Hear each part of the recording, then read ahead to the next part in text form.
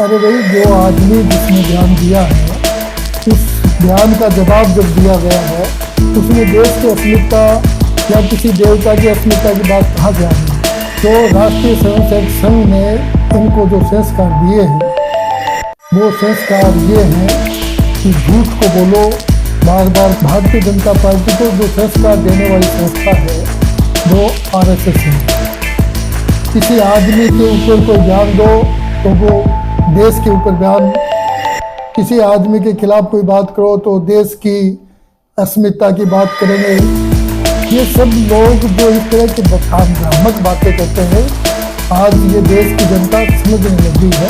प्रधानमंत्री किसी के बारे में बहुत हल्की बातें करेंगे और उनके जवाब में यदि कोई बात कहेंगे तो एक साथ 10 लोग दौड़ेंगे और हल्ला मचाएंगे, देश के खिलाफ बोल गए, देश की अस्मिता के खिलाफ बोल गए। नमस्कार। जीवन में आदमी जो संस्कार लेता है वो अपने परिवार से लेता है। परिवार में जब वो आदमी अपने बचपन से रहता है तो जिस तरह के संस्कार उसको अपने घर परिवार में मिलते हैं वो आदमी उसी तरह आगे जीवन में व्यवहार करता है। यही स्थिति भारतीय जनता पार्टी की है। भारतीय जनता पार्टी को जो संस्कार देने वाली संस्था है वो आरएसएस है, राष्ट्रीय स्वयंसेवक संघ। जो राष्ट्रीय स्वयंसेवक संघ ने इनको जो संस्कार दिए हैं वो संस्कार ये हैं कि झूठ को बोलो, बार बार बोलो, झूठी बातों की अफवाह फैलाओ, जो काम करना है उसकी उल्टी बात करो। किसी आदमी के ऊपर कोई बयान दो तो वो देश के ऊपर बयान, किसी आदमी के खिलाफ कोई बात करो तो देश की अस्मिता की बात करेंगे। ये सब लोग जो इस तरह की भ्रामक बातें करते हैं, आज ये देश की जनता समझने लग गई है। अब वो बात नहीं रही है जब ये फर्जी बातें करके, मान लो कि प्रधानमंत्री किसी के बारे में बहुत हल्की बातें करेंगे और उनके जवाब में यदि कोई बात कहेंगे तो एक साथ 10 लोग दौड़ेंगे और हल्ला मचाएंगे, देश के खिलाफ बोल गए, देश की अस्मिता के खिलाफ बोल गए। अरे भाई, जो आदमी जिसने बयान दिया है उस बयान का जवाब जब दिया गया है, उसमें देश की अस्मिता या किसी देवता की अस्मिता की बात कहाँ से आ गई।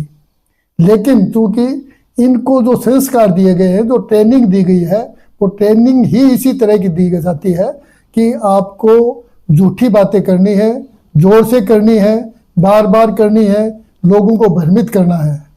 आप देखेंगे जब से राष्ट्रीय स्वयंसेवक संघ बना है, मूल रूप से ये हिटलर की पार्टी थी, उसके आइडियाज के अनुसार ये चलता है, उसी लाइन पे ये लोग बात करते हैं।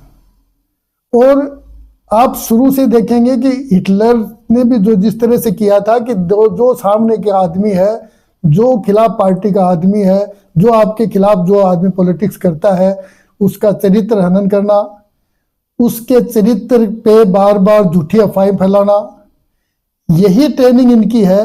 और आप देखेंगे जब से राष्ट्रीय स्वयंसेवक संघ बना है, उनके तमाम बड़े लोग जो सरसंघ चालक से लगा के नीचे जो आपकी वो लगाते हैं, शाखा लगाते हैं, वहां तक एक ही तरह की बातें करते हैं और सब लोग लोगों के चरित्र हनन की ही बात करते हैं।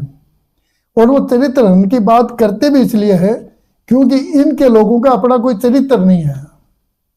तो इनका अपना चरित्र नहीं है, इसलिए ये सब लोगों के, बाकी लोगों का चरित्र हनन करने का काम करते हैं, झूठी बातों को बार बार फैलाते रहते हैं।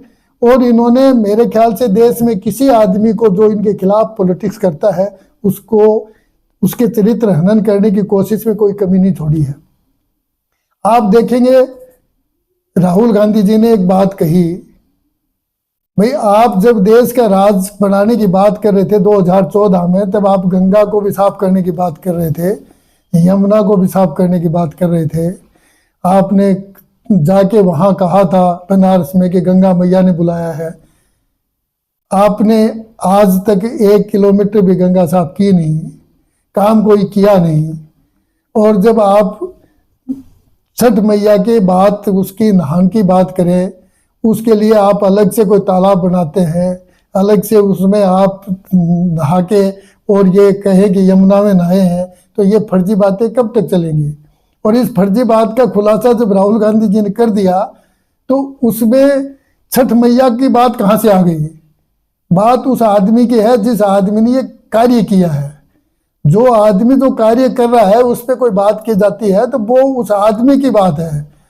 वो जो देव पूज्य देव हैं उन पूज्य देव को सब मानते हैं, लेकिन चूंकि इनके पास बात करने को कुछ है नहीं ना, तो इसलिए इस तरह की फर्जी बात करेंगे कि बात की जा रही है प्रधानमंत्री के नहाने की और वो बात कर रहे हैं छठ मैया की। छठ मैया का तो उत्सव था, उस उत्सव पे आपने जिस तरह का क्रियाकलाप किया वो देश की जनता के सामने आना चाहिए, और वो राहुल गांधी जी देश की जनता के सामने लेके आ गए। अब इतनी मिर्ची लग रही है कि वो सीधा बात तो इनको शर्म आनी चाहिए कि जब व्यक्ति की कोई बात हो रही है उसमें जो आराध्य देव है उसको घुसाने की कोशिश करते हैं, लेकिन इनके शर्म लिहाज कुछ है नहीं।